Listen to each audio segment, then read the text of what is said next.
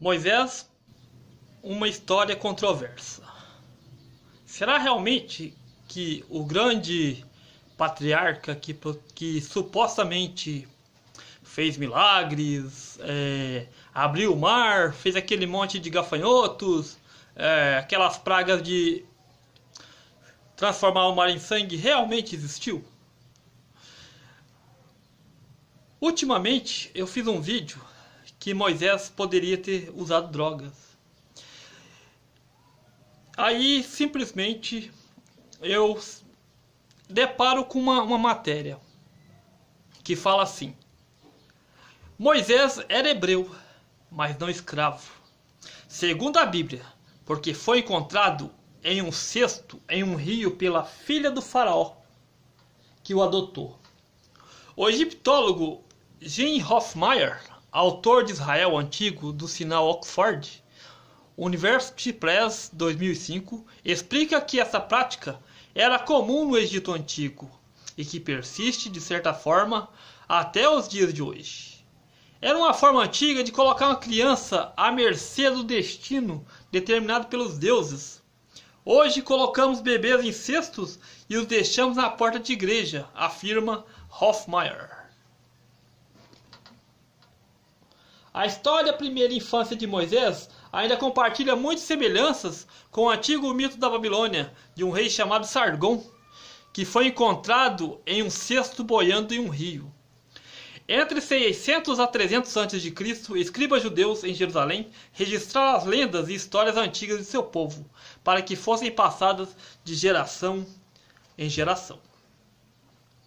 Eles teriam se baseado no mito de Sargon para criar a história de Moisés, em uma teoria possível, pois os judeus foram capturados pelos babilônios em 587 a.C.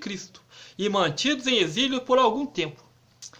Neste momento, o mito de Sargon poderia ter servido de base para o relato sobre o profeta.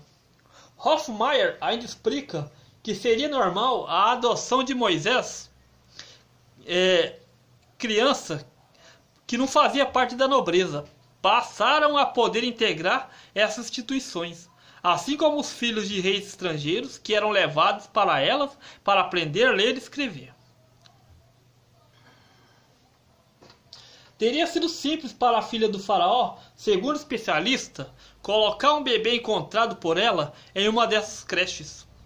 Estudiosos do tema ainda questionam se os hebreus eram de fato escravos neste período do Egito Antigo, pois além do texto bíblico, não existe provas históricas ou arqueológicas disso.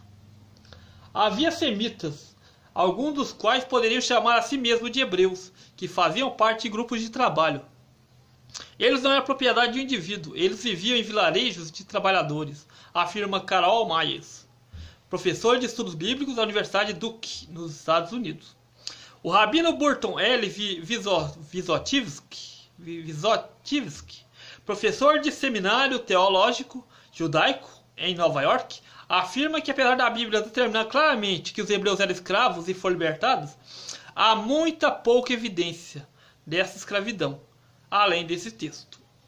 A lição final do livro bíblico Êxodo é a liberdade vem da aceitação da soberania de Deus.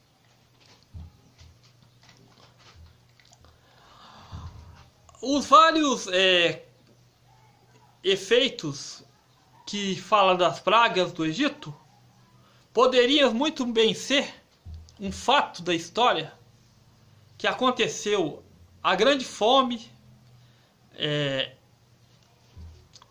gafanhotos que vão e assolam as pragas, assolam pragas como pragas, né? Não pragas, como pragas, que assolam as colheitas das pessoas,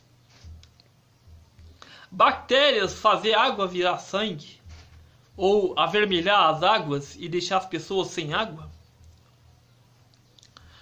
Mas você pensar que um povo simplesmente colocar a sua parte e ser sempre o centro das atenções é muito difícil. Vocês não acham isso? Não concordam comigo? Pois é, gente. Fica uma questão aí. Eu tinha visto também um vídeo do Vini César falando que o egiptólogo aí é muito influente, que fala que os egípcios não escravizaram o povo hebreu. E o mito de Sargon é um mito muito plausível. Como sempre, o cristianismo ele só se fundamenta em provas de mitos de povos pagãos, povos que não tem nada a ver com o cristianismo. Novamente, vemos que para acontecer essas catástrofes e não assolar eles, isso é muito improvável, porque as pessoas quando querem colocar a história para si próprio, para se promover, é muito fácil, gente. Então fica assim. Realmente, segundo o que eu estou lendo aqui, Moisés não existiu, foi um mito, e eu posso pelo menos questionar que, novamente, o cristianismo se baseia em mitos infundados apenas por rumores pagãos. É isso aí, muito obrigado, valeu, até mais, obrigado. E, gente, agradeço ao Aparecido, ao Ferreira Racier,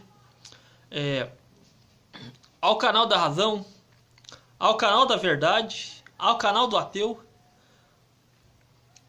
ao Vini César, ao Fábio de Oliveira Lima, um cara muito... Fábio de Oliveira, um cara muito gente fina.